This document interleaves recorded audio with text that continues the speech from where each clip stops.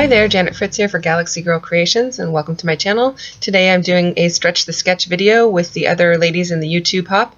This is the sketch that we're using. It's from Altenew, and it's got 5 small photos on it, and I am actually stretching it into a double page layout with a half page in between.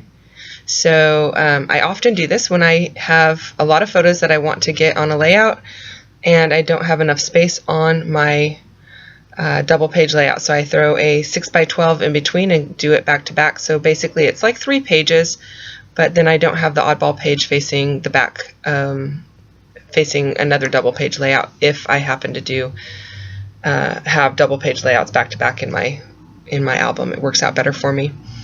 And as I mentioned, this is part of a YouTube hop, so look down below in my comments and check out all of the other ladies that are creating with this sketch today.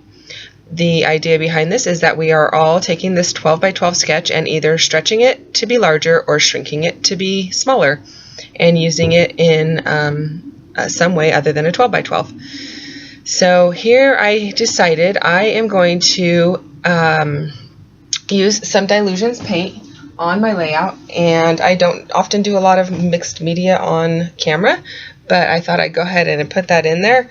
So I'm using fresh lime, lemon zest, squeezed orange,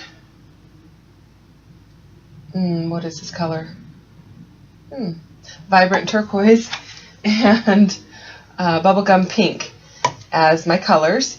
And I am using some mixed media spongy type tools that are in different varying size circles to put those on my layout, and those are taking the place of the spots or the dots that were behind the photos in the sketch.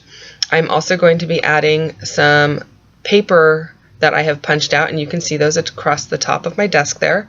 I've punched those in 3 or 4 different size circles, so I'll be using some of those as well. Once I get my photos onto my layout, I will layer those underneath.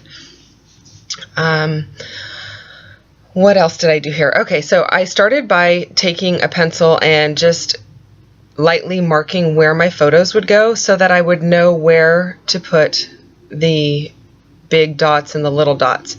I want them to kind of follow the path of the photos, and so that was how I marked where they would end up. My first page is going to have 4 photos on it, and that's going to leave me some room for the title work.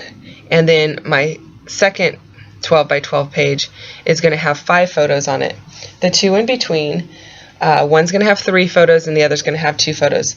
These are all photos of my kids. We went camping with some friends of ours that have a boat when my kids were small, and this is just photos of my kids doing their first time on kneeboarding.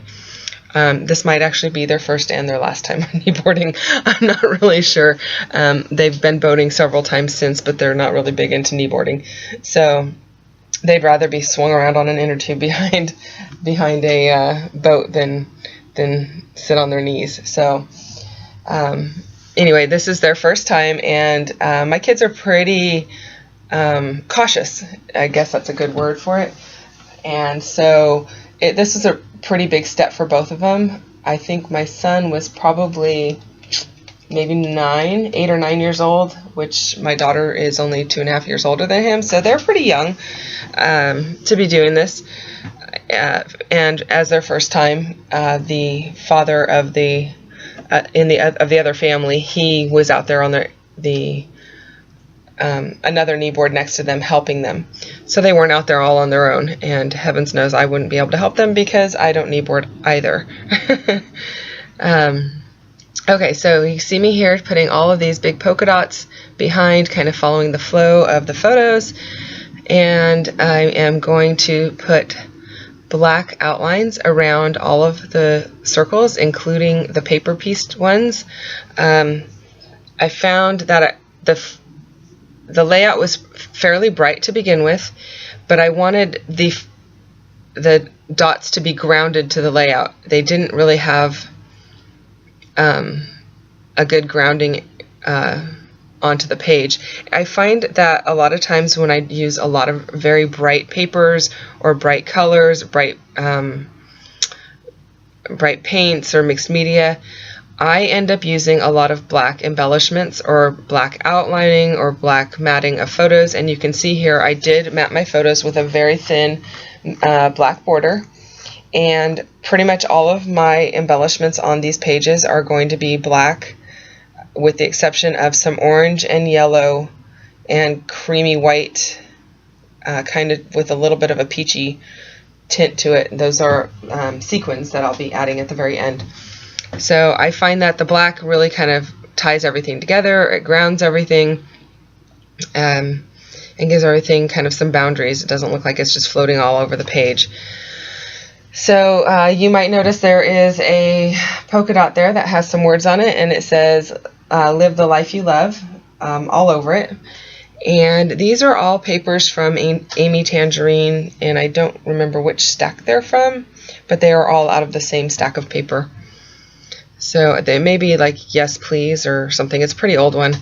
I've had it in my stash for quite a while. I wanted to get some of it used up, and I thought the bright colors really lend themselves to these outdoor photos, and the aqua color in the photos really tied in well with the aqua of the paper that has the little squares all over it. Excuse me. Now you can see I've been playing with up and down, up and down. Do I need to go up further or down further? I believe my photos on one side of my page are just, let's see here. I know they're the same size. I'm not sure why those ones on the right hand side look a little lower than the ones on the left hand side, because the photos are all cut the same size.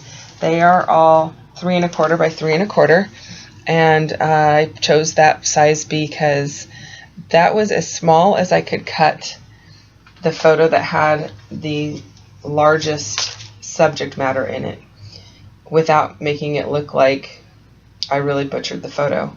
So because my daughter is with the father of the other family out in the water and they are kind of spread apart, I needed to include both of them, or I wanted to include both of them to capture the fact that he's out there helping her and making sure she's safe but having fun. And so I couldn't cut the photos a whole lot smaller than that without making them look really strange. So I'm doing basically the same thing on both sides. And then here are the two little 6x12 sheets. And I do use 6x12 page protectors. If you don't have 6x12 page protectors, you can take a 12x12 and cut it down. You can seal it up by sewing it, or by using washi tape, or by using a fuse tool if you have one. Those all work. I am using my Nuvo white glue from Tonic Studios. I really like this glue. I like it in this bottle. It works out really well. Kind of takes the place of tacky glue.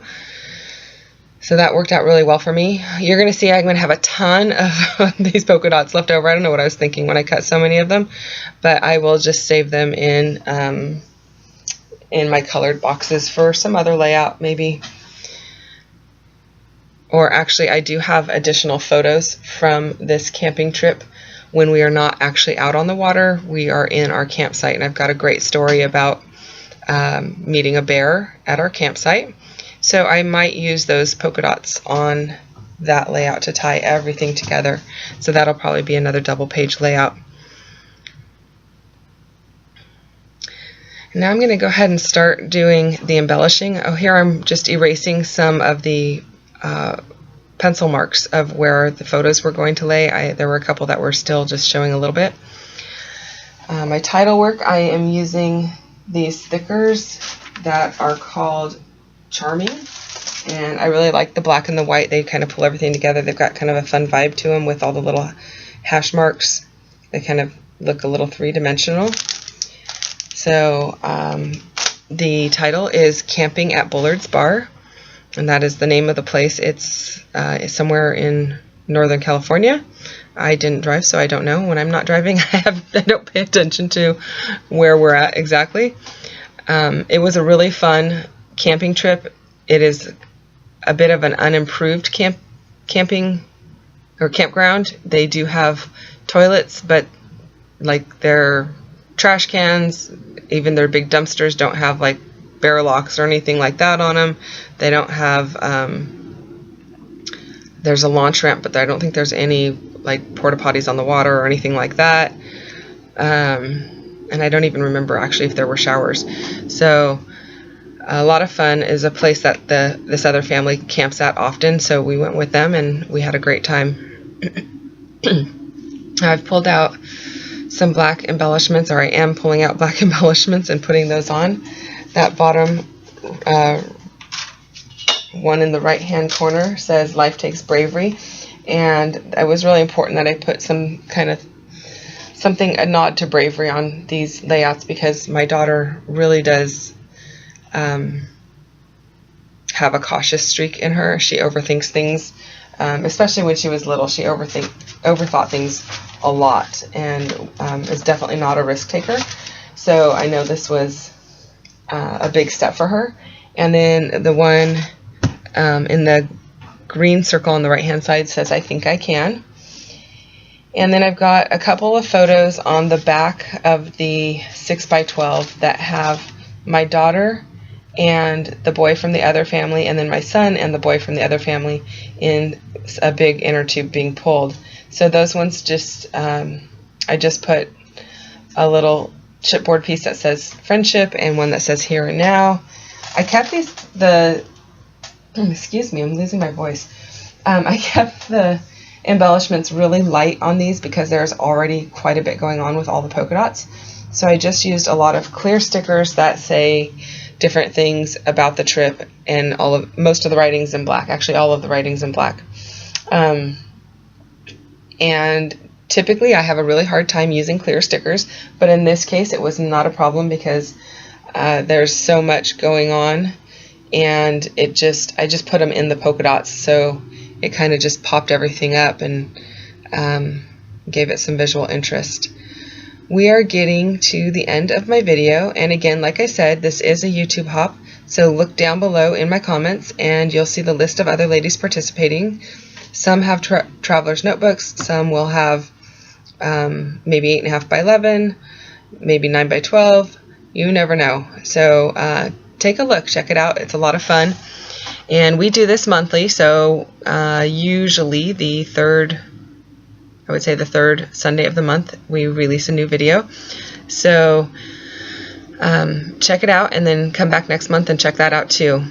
I also wanted to take a second just to apologize for my camera going in and out of focus and any wobbliness of the video.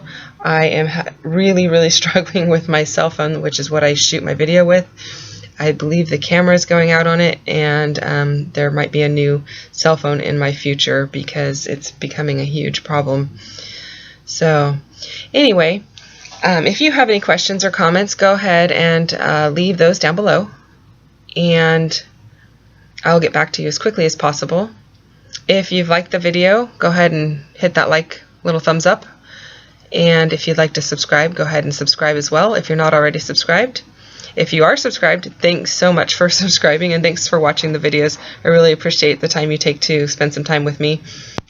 Right here you see that I am actually using, it's called a jewel picker, and I think it's made by Sakura, and I'm just using that to add the sequence to the layout, and I am going to go ahead and just really quickly hand draw some black lines around the layout. I originally started with the outer 3 sides of the layout, thinking that they would be together in a flush mount page protector, but then I remembered that I have the little 6x12 insert that's going in between, so I did go ahead and add another line to where the binding would be of the 2 12x12s, and then I went all the way around the 6x12s with the same pen, and that is just a Copic multi-liner pen, and it's in a 0.3. It's super fine,